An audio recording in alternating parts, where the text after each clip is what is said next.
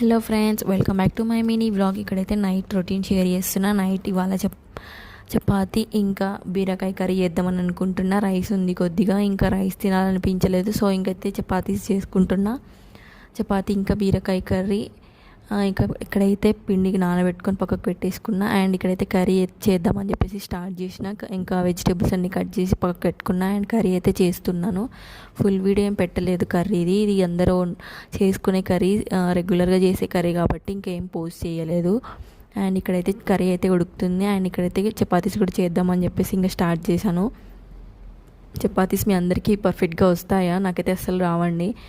రౌండ్గా అయితే అస్సలే రావు. అప్పుడప్పుడు అలా కుదురుతుంటాయి. ఇప్పుడు వీడియో తీసిన కాబట్టి అసలుకే రావు. అదేంటో వీడియో అనగానే ఏదైనా చేద్దామని అంటే అవి కరెక్ట్గా రాదనమాట. సో ఇంకెక్కడైతే ఫైనల్గా చపాతీస్ అయితే చేస్తున్నాను. చపాతీస్ మీరు ఎలా తింటారు? ఆయిల్ వేసుకొని తింటారా, వితౌట్ ఆయిల్? నాకైతే కమెంట్ చేయండి. నేనైతే ఆయిల్ వేసుకొని తింటాను. నాకు ఆయిల్తోనే తింటేనే బాగా అనిపిస్తుంది. అండ్ ఇంకా ఎలా ఉన్నాయి నా మినీ వ్లాగ్ నాకైతే కమెంట్ చేయండి. Thank you for watching.